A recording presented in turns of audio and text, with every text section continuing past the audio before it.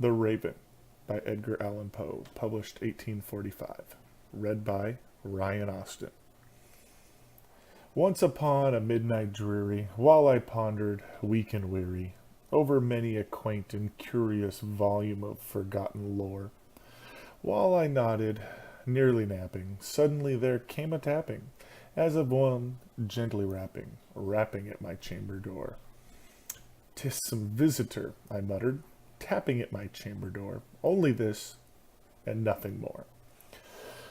Ah, distinctly I remember, it was in the bleak December, and each separate dying ember wrought its ghost upon the floor.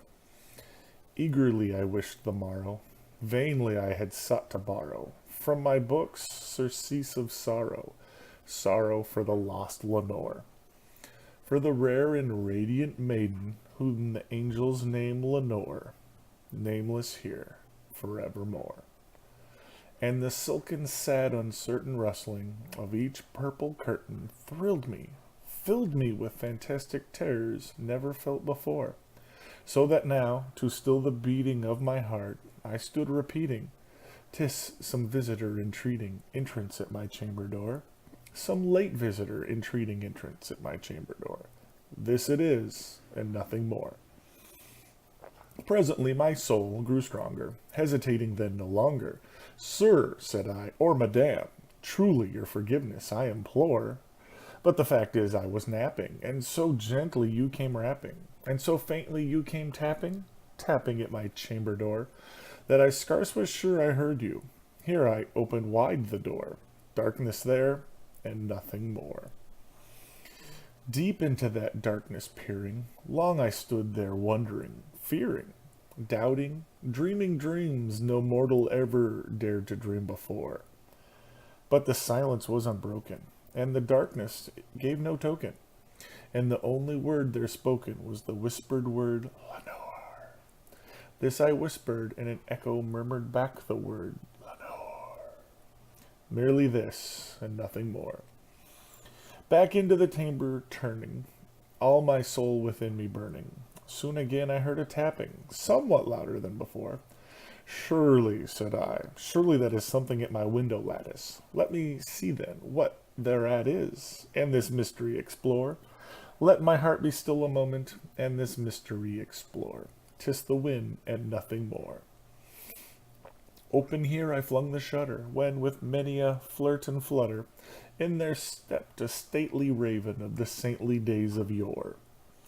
Not the least obeisance made he, not a minute stopped or stayed he, but, with mine of lord or lady, perched above my chamber door, perched upon a bust of Pallas, just above my chamber door, perched and sat, and nothing more. Then this ebony bird beguiling my sad fancy into smiling, by the grave and stern decorum of the countenance it wore.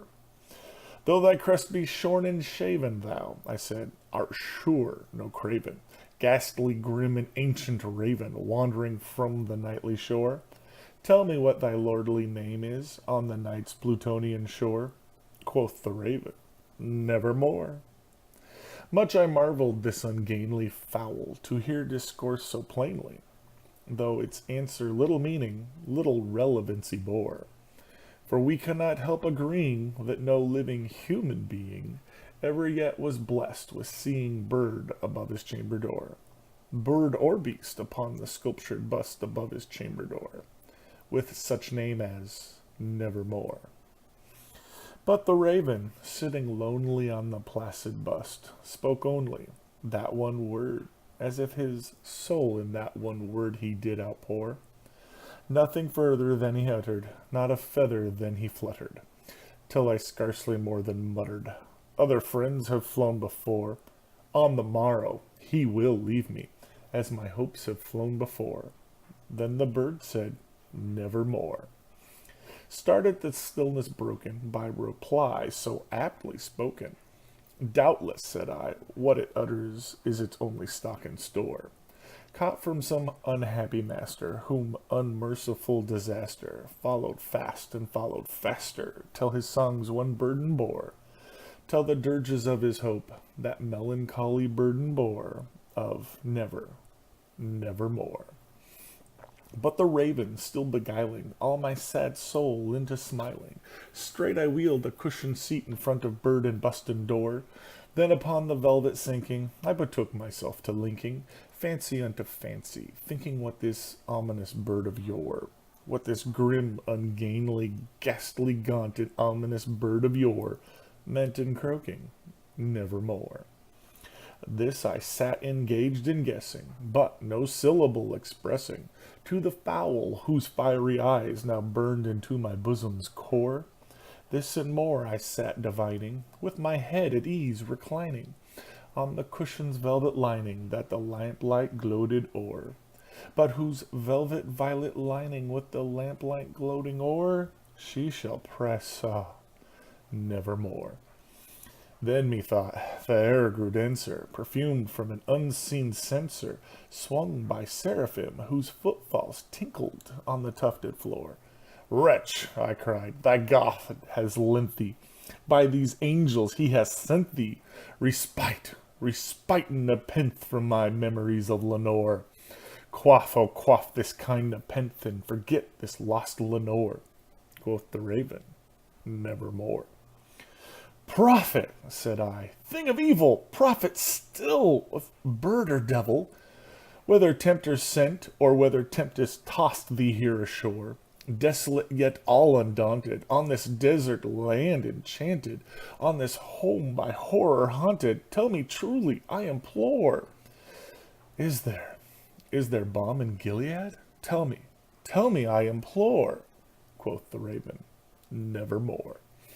Prophet, said I, thing of evil, prophet still, if bird or devil, by the heaven that bends above us, by that God we both adore, tell this soul with sorrow laden, if, within the distant Aidenn, it shall clasp a sainted maiden, whom the angels name Lenore. Clasp a rare and radiant maiden, whom the angels name Lenore. Quoth the raven, nevermore. Be that our word or sign of parting, bird or fiend, I shrieked upstarting, get thee back into the tempest and the night's Plutonian shore. Leave no black plume as a token of that lie thy soul hath spoken. Leave my loneliness unbroken, quit the bust above my door. Take thy beak from out my heart, and take thy form from off my door. Quoth the raven, nevermore. And the raven, never flitting, still is sitting on the pallid bust of Pallas just above my chamber door, and his eyes have all the seeming of a demon's that is dreaming, and the lamplight o'er him streaming throws his shadow on the floor, and my soul from out that shadow that lies floating on the floor shall be lifted nevermore.